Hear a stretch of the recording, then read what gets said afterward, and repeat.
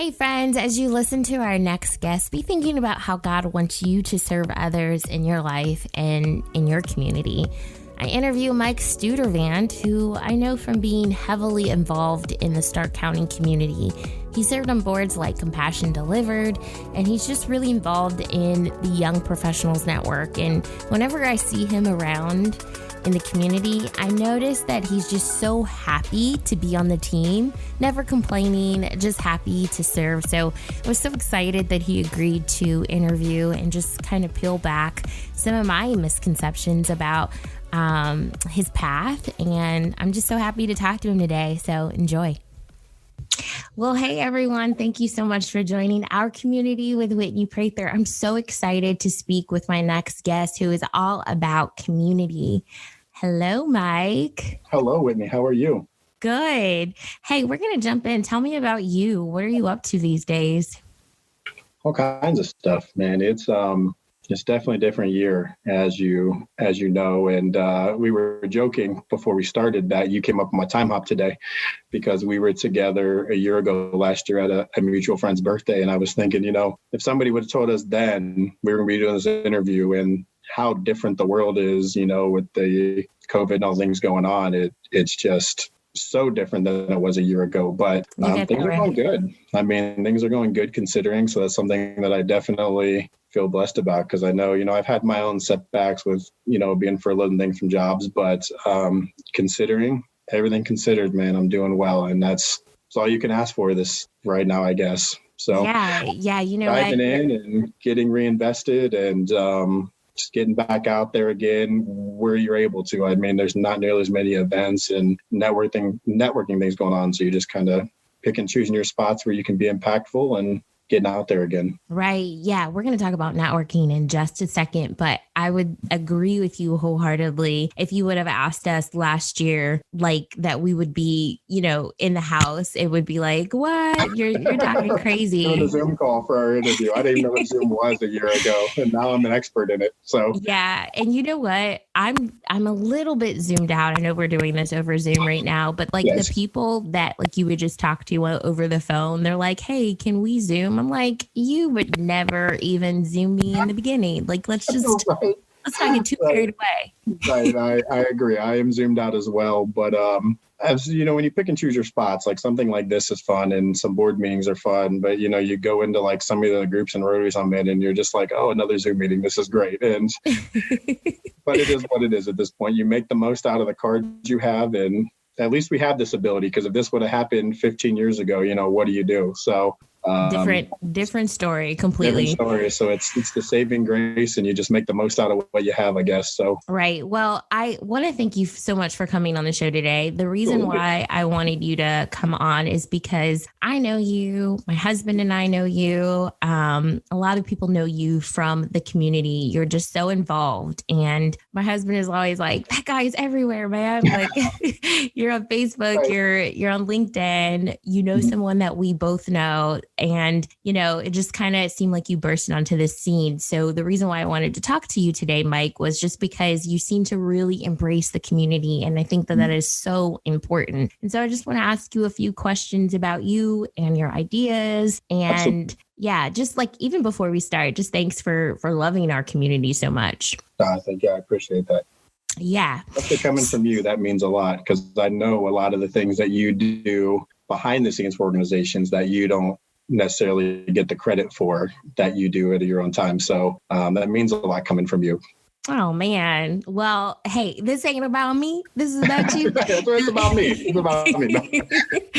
All right. So you've really built your professional network by really focusing on others. And I just want to talk to you about that, because that's something that we can all really learn from. Tell me about your philosophy on community. My philosophy is I talk a lot about, we talked about networking and the power of networking and who you know and getting your name out there. And I did that by getting involved in the community. And it just started with hey, let me go to everything I possibly can to meet as many people as I possibly can. So, I mean, I went to, you get back into around 2014, I went to every balloon fest, nonprofit, anywhere I could go, I was there, right? And so if they needed a volunteer, I went and worked to start meeting those kind of people. Because inevitably, somebody eventually is going to be like, okay, dude, I see your face like everywhere I go. Who are you? Why are you here? And so you just, the thing about networking, the thing about community, if you're looking at branding, whether it's for your personal brand or your job brand, or if a lot of people who require leads network, whether it's insurance or whether it's realtors,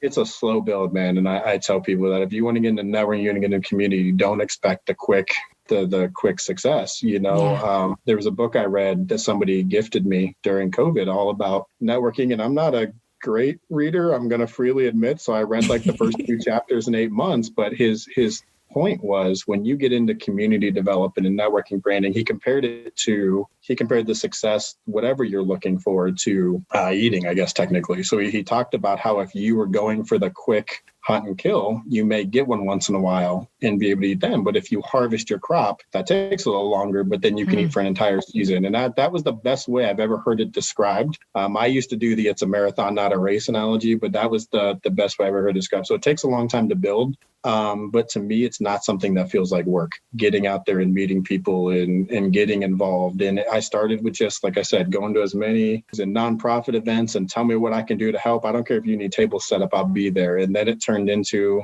joining committees and getting involved that way. And then eventually on board of director spots. And then when you start getting involved, there's so many people that need assistance and need just that manpower help that those opportunities are going to open relatively quickly. So, and it's just been something that, I know we'll go through the questions, has not just changed my career, but it's changed my life. I mean, just the way I operate and the people I've met and the way that I support different restaurants and just everything I do in my life has changed so much over the last 4 and 5 years because of that community involvement. That is amazing. I really love that analogy too. It speaks to me. I know it will speak to our listeners as well, because we're familiar with the farmer who, sows a seed and doesn't reap a harvest right away. So I really, really appreciate that analogy big time. And it goes down to just, having more of a servant's heart, essentially being willing to serve versus being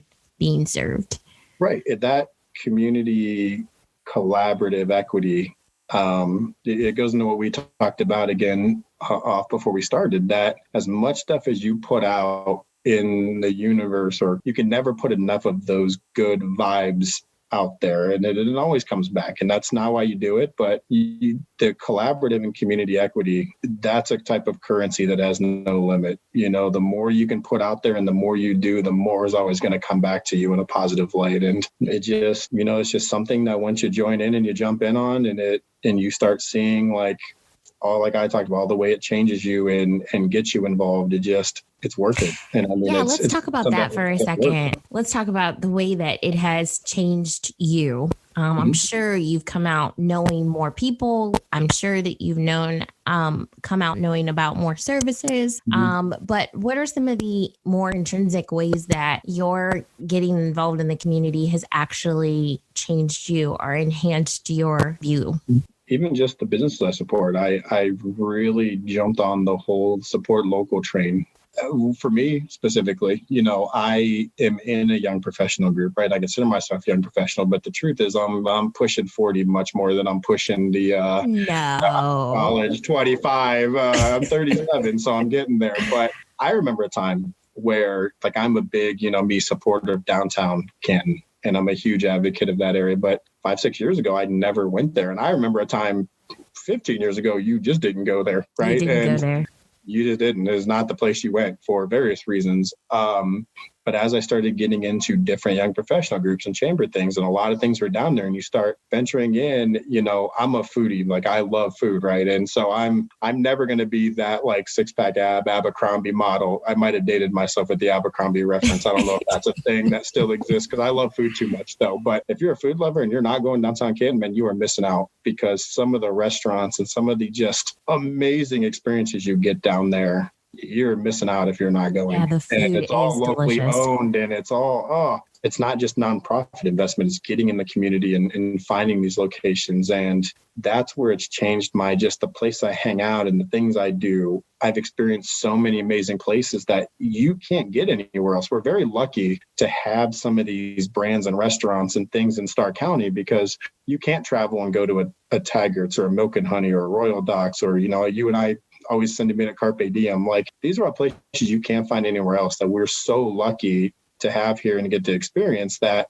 Not there's anything wrong with the chains and the things, but we should be supporting these places because it's just, you can't get them anywhere else. And we're so lucky to have them. And so that's where it's changed, not just the people I hang out with. And, you want to get into the motivational aspect, that old theory of surround yourself with people you have a common future with, not a common past with. And when you're trying to climb that corporate ladder and you're trying to advance your career, it doesn't matter how strong-willed you are. It doesn't matter how mentally strong you are. You're going to eventually be a product of the people you surround yourself with. And I've met so many incredible people. You're one of them that I met through a mutual friend that even though we don't get to talk as much as we probably would like, I see what you're doing, and it's an inspiration, because I get tired like everybody else and I want to take it. But then when I see all these people doing all this amazing stuff, that's the motivation to keep trying to keep up. So, just like I said, it's just changed everything about the way I approach my day, my week, my month, my career, everything. Nice.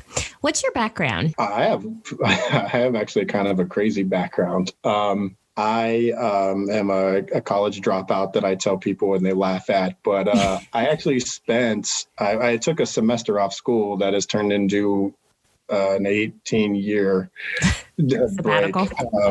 Yeah. And I actually ended up, and a lot of people actually don't realize this about me, I ended up in retail management for about 10, 11 years. That's pretty much what I did in my 20s, and managed some big box retail stores and chains and things, and really actually didn't hate it. I enjoyed it for my 20s, and every day was different. And then I hit 30 and like this mental wall hit. And I just realized this isn't, what I want to do. And I need to figure out what I want to be when I grow up at age 30, 31. And so, I was going on interviews for like anything I could possibly find. I think I went on interview for like phone company, corporate sales, and financial side. Just trying to figure out where I belonged in the world. And I ended up in the nonprofit world. That was the one that I took a job at Hattie Larlem, which is where most people know me from, that I spent about 5 years there. And that was what I dove in on. And that is what opened up, for people that work at nonprofit, the struggle can be real. So there is no marketing budget and there is no budget for nice things all the time. So I managed a training program for people with intellectual disabilities. And we were very much a community-oriented thing where we relied on customers coming in. And so my job was to go out and get as many customers coming as possible to offset our budget. And I did not have a marketing budget, right? We weren't buying billboards and newspaper ads. It was me getting out there and doing it. And that's where I started getting into the young professional groups and the chambers and those kind of things, and really found my place in life and career. I'm no longer there, but I will forever be thankful to Hattie Larlem for just giving me the opportunity, man. I had no idea when I took it how much it was going to change everything. Just very thankful that was the step I took in my place, because again, I look back of where I was, not just career wise, but life wise 5-6 years ago. And if you would have told me that 5-6 years from now, that would be where I'm at. And, I still feel like I'm chasing that success, but I feel like I have a much clearer path, and I've got to experience so many amazing things, and organizations, just getting to work with places like Special Olympics and the Making Strides Against Breast Cancer and all these cool things I've gotten to do that never would have been a possibility. We wouldn't have been talking about 20 under 40 awards and things like that. I didn't know that existed then, but just so many cool experiences I've gotten to do, and so many cool organizations I've gotten to work with, that's just thankful. Like, that doesn't feel like work to me. And the fact that I get to do those kind of things for a career, I just feel very lucky. Nice. So you are really involved with White Stark, which is a division of the Canton Regional Chamber of Commerce. I worked there for a couple of years. So that organization is really, really dear to my heart. Tell me about your involvement with White Stark. I got into White Stark about 2014, 2015, and I had gone to my first ever chamber event when I started Hattie's, and that was they now have the lunch, but they used to have this fast break breakfast on Friday mornings. And I just walked into my first fast break breakfast and there was like 150 people and I knew none of them. And I was so over my head, it was unreal, but I found my way, as I went along. But they started talking about, oh, we have this young professional group that people can get in. And I'm like, oh, that's my thing right there. And it was a learning experience, man, because I went to my first young professional group and it was at, it's called Scenic or something like that. And it didn't exist long. And I went, there was like 80 people there. And I was like, oh, I'm in over my head again, but here I go. And it was a slow start, man, because again, it takes a while to build and meet people. And I ended up just coming to the realization that, okay, this isn't working. I can't just show up to places and, I'd meet one or two people and have good conversation. I'd go to the next one and they weren't there. Then I meet one or two more people and I'd show up and they weren't there the next time. And I started realizing that now I look back and I realize I was like finding all those people on the perimeter who weren't comfortable diving in, because I was one of those people. And to seem more comfortable, I'll talk to this one or two people instead of those 10 people. And it was challenging. And I didn't go back for a few months because I'm like, this is not for me. I'm in over my head. And I saw a message on their Facebook in like 2015 that said, we need people on our event planning committee. And I'm like, well, there's my opportunity. I can jump in, I can meet a core group of people and kind of work backwards. So I sent an email. And at the time, obviously Y-Stark now is led by Kelly Piro, who is one of my favorite people on the planet next to Whitney Prather. Awesome. She is awesome. By the time it was Eric Smur. Did you say next to Whitney?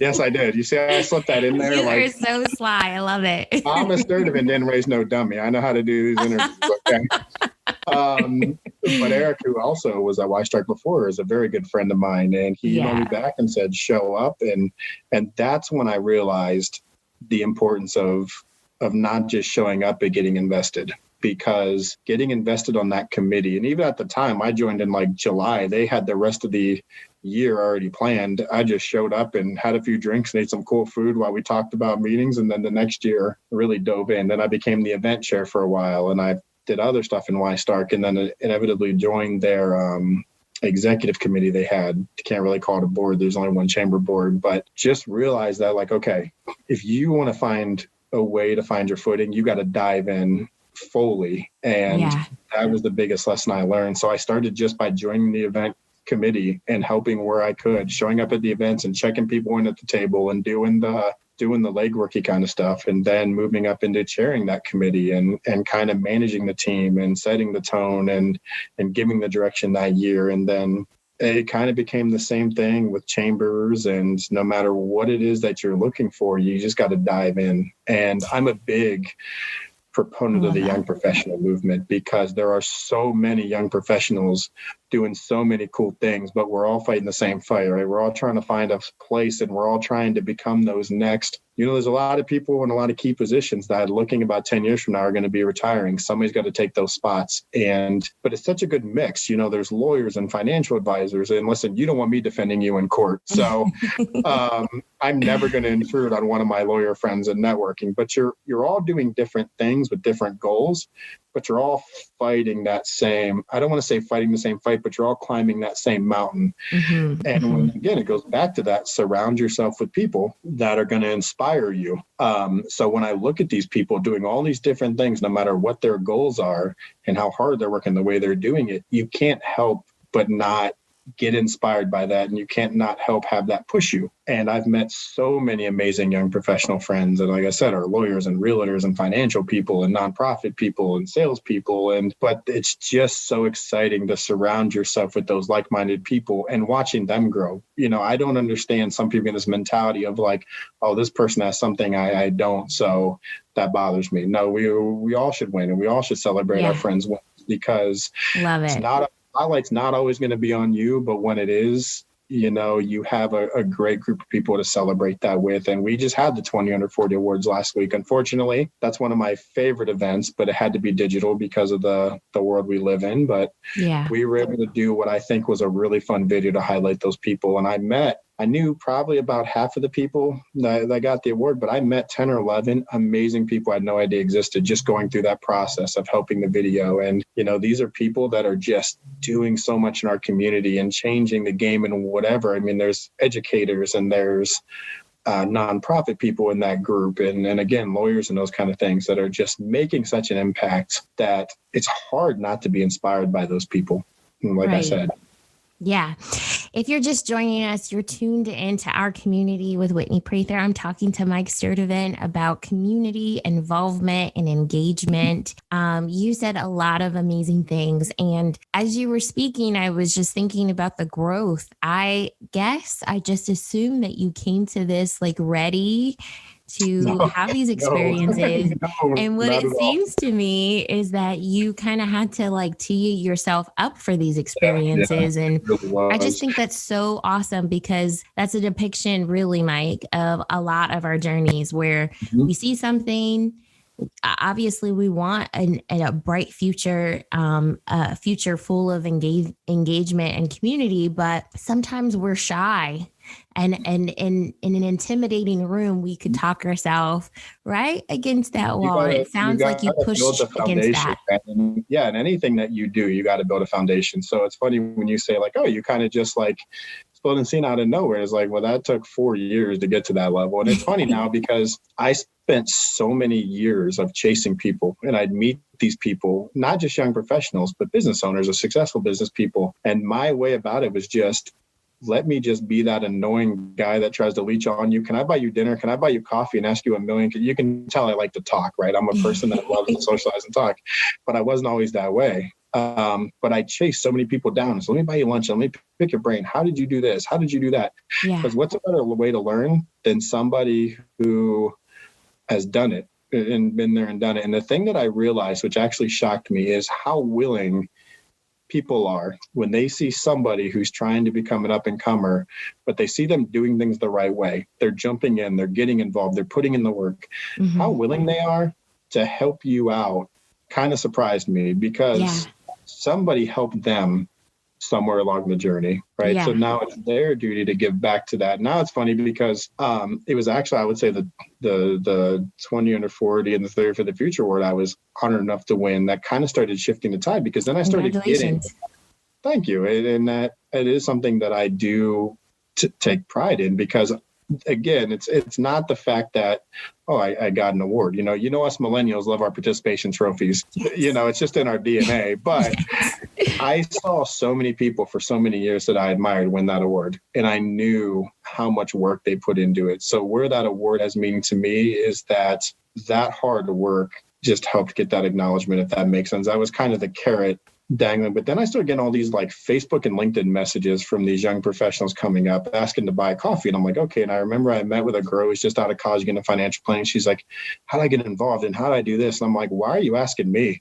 Because I still feel like I'm clueless. She's like, well, you seem like you've got it down. And I'm like, I do. And then you start realizing, okay, it's like, yes, I still feel like I'm trying to figure it out, but you're a few steps ahead of someone else. Apparently, but you don't realize it when you're doing it. But if somebody comes to me and asks those questions, inevitably somebody helped me do that. So now it's my job to help pull those people to that level. And so it's always that give and take. If somebody's going to help me, then it's my duty to help somebody else, and whatever I can do. If you message me and you say, hey, I'm on this committee, do you think I missed something? It's going to be absolutely whatever you need, because inevitably I ask a lot of people for a lot of support. So whether we're doing, I do guest bartendings and I do these boards and I'm pushing events, what I feel like is all the time. I can't ask people to come support and then not offer that back. So it's definitely the full circle give and take. So people are like, you seem like you're somewhere different every night. I'm like, I don't really have a choice at this point. It's just who I am as a person. So,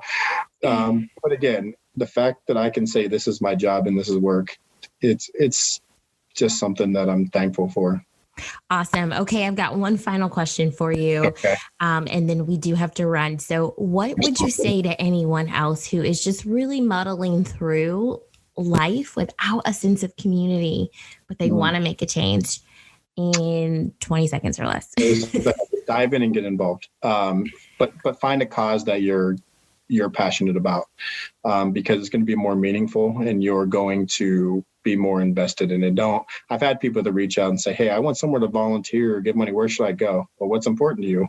I don't know. Well, that's where you got to start. Yeah. Find a cause that's important to you. I don't care if it's a nonprofit. I don't care if it's a social justice. I don't care what it is. Find a cause that's important to you and just show up. Show up and see what they need.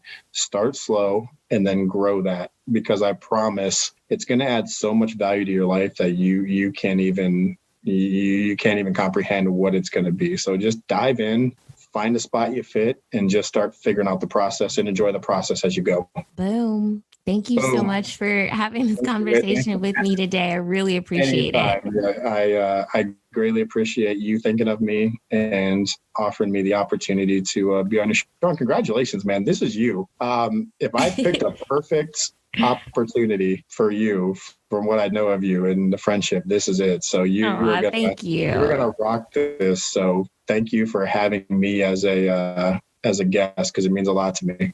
Mike, you are one of the very first guests that I've had. So thank you so much for doing this. Get it out of the way. Get it out of the way and protect it. Okay. All this greatness all up in your ears. Right. Well, I appreciate it. It's an honor. So thank you, Whitney. Thank you so much. All right. Bye.